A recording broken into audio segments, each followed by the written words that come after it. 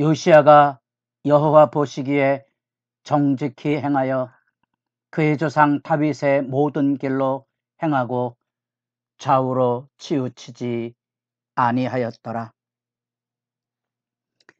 새벽을 깨우는 거룩한 기도자 여러분, 생명의 말씀에 힘을 얻어 세상의 그 어떤 유혹과 시련 앞에도 흔들리지 않은 담대함과 정결함이 은혜 안에 매일 새롭게를 소망합니다. 오늘 우리가 읽어갈 하나님의 말씀은 열왕기하 22장 1절에서 20절까지의 말씀으로서 북이스라엘의 멸망 이후 남유다가 히스기야로 세워지는 하나님을 향한 믿음, 히스기야가 여호와를 의지하였는데 18장 5절에 나타난 히스기야의 믿음이 무너져간 북이스라엘 가운데 남유다를 지켜낸 놀라운 은혜의 역사였다면, 이제 드디어 마지막 개혁왕 요시야가 므낫세로 인하여서 히스기야의 모든 영적인 개혁이 더럽혀지고 무너진 비참한 현실 앞에 아몬은 피살을 당하고 요시야가 일어나 마지막 신앙의 개혁의 기치를 여는데, 히스기야가 하나님을 의지했던 믿음의 역사로서 나라의 운명을 지켜냈다면, 히스기야는 여기 22장 2절 좌우로 치우치지 아니하였다는 충성된 믿음의 아름다움을 보여준 마지막 개혁 왕이고, 사실 이 이후로는 세 아들과 손자로 이루어지는 요 단락의 이 네 왕들은, 하나는 애굽의 꼭두각시, 하나는 바벨론의 꼭두각시로 지내다가 예루살렘이 멸망하게 됐죠. 그런 점에서 요시야는 이스라엘 역사, 남유다의 역사 안에서 마지막 신앙의 등불을 들었던 왕으로 기억이 될 것입니다. 제국의 침탈 속에, 특별히 아수르 제국의 강대한 침략 앞에 남유다가 보존되었던 이유는 뭘까?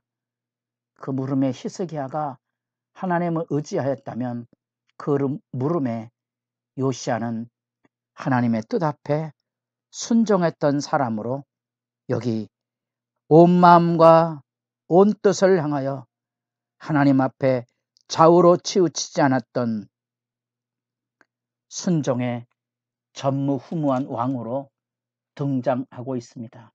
그래서 요시야를 가리켜 하나님 앞에 23장 25절에 요시야와 같이 마음을 다하며 뜻을 다하며 힘을 다하여 모세의 모든 율법을 따라 여호와께로 돌이킨 왕은 요시야 전에도 없었고 후에도 그와 같은 자가 없었더라. 이 요시야의 드디어 종교개혁이 시작되는 장면을 우리가 22장에서 살펴보게 되고요. 23장으로 내려가면 그가 행했던 실천적인 종교개혁의 모습들을 살펴보게 됩니다.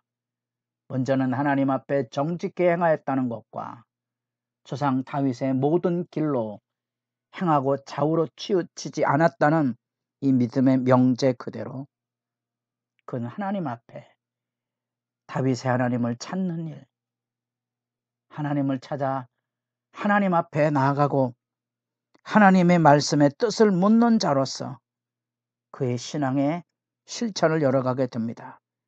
그래서 제일 먼저 한 일은 성전의 보수공사를 직접 주도해서 역사를 이루어가는 겁니다.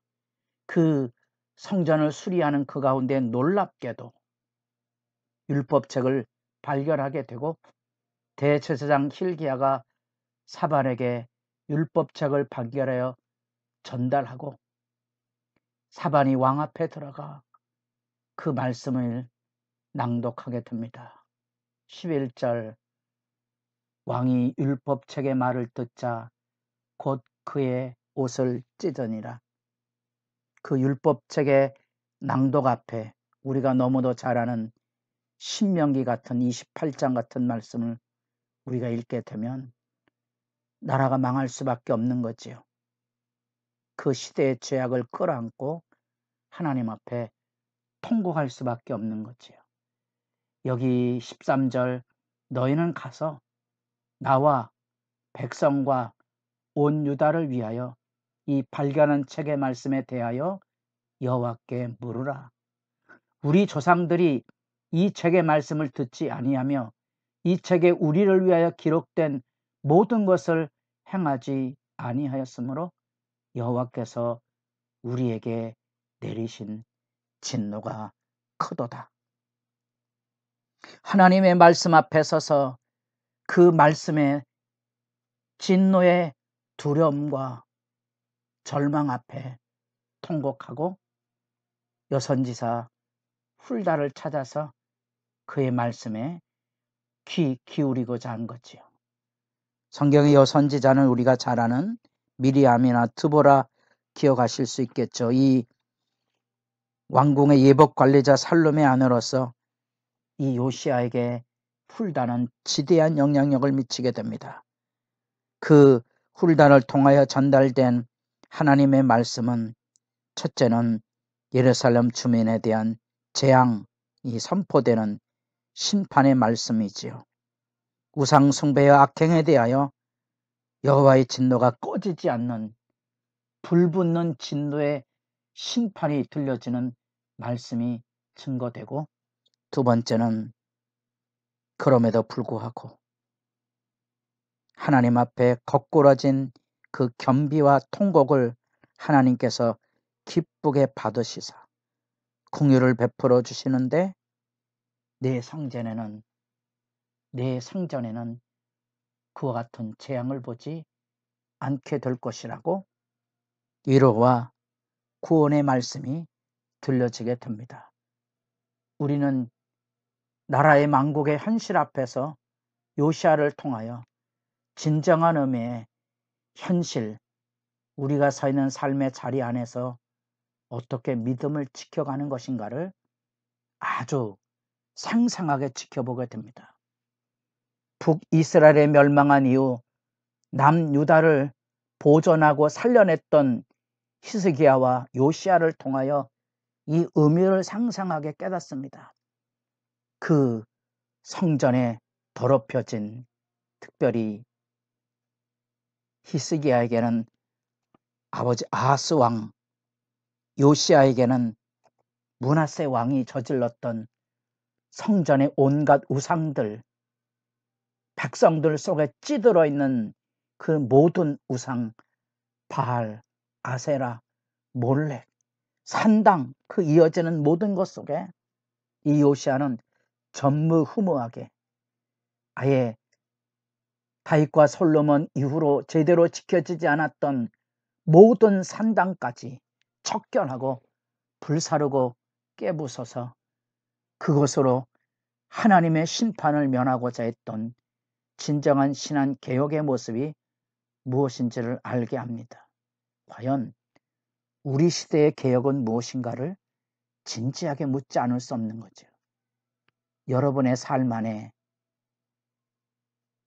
하나님 앞에서의 진정한 정결, 깨끗함이 있는지, 우리가 이번 주간에 레위기 23장에서 무교절이라는 우리에게 익숙치 않은 절기를 지킵니다. 한 주간 동안 집안의 모든 것을 샅샅이 뒤져서 누룩을 제거하는 경건 훈련을 하는 절기입니다. 우리가 유월절 어린 양, 고난주간은 지켜도 무교점의 의미를 잘 우리 시대 안에 되살리지 못하는데 그게 바로 거룩에 대한 얘기입니다. 역사를 통하여 지켜보십시오. 뭘 해야 되는지. 우리 삶 안에 있는 모든 우상과 세속의 요소를 걷어내야만 되는 거지요. 모든 우상의 핵심은 예수님이 콕 찍어서 말씀하셨습니다. 재물을 사랑하지 말라는 거지. 오늘날 교회 생활이 움직여져가는 원동력은 재물에 대한 욕망 아닌가 생각하면 우리도 뭘 개혁해야 될지를 생각하고 돌아보게 되고요. 교회당에서 누가 높으냐? 바로 그것이 세상의 우상의 영이거든요. 예수님은 크고자 하거든 남을 섬기라.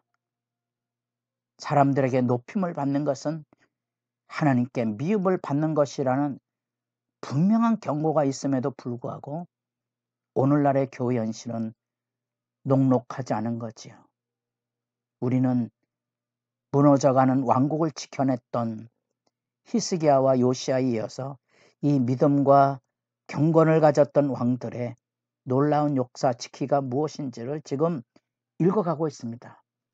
히스기야가 없앴던 그 모든 우상들, 백성들의 일상에 찌들어 있었던 그 모든 것들을 하나님의 말씀, 율법책을 발견한 이 요시야는 보다 다 완전하고 철저하게 모든 우상의 잔재들을 청산해낼 뿐 아니라 하나님을 찾고 하나님께 묻고 그 율법을 재발견하여 하나님의 꺼지지 않는 진노 앞에 거꾸러져서 통회하고 하나님 앞에 마음을 열었던 그 겸비와 통곡을 통하여 진노와 재앙을 막아선 이 믿음의 역사, 그것이 오늘 새벽 우리로 하여금 겸허하게 하나님 앞에 엎드려서 자신을 돌아보게 하는 말씀의 초대입니다.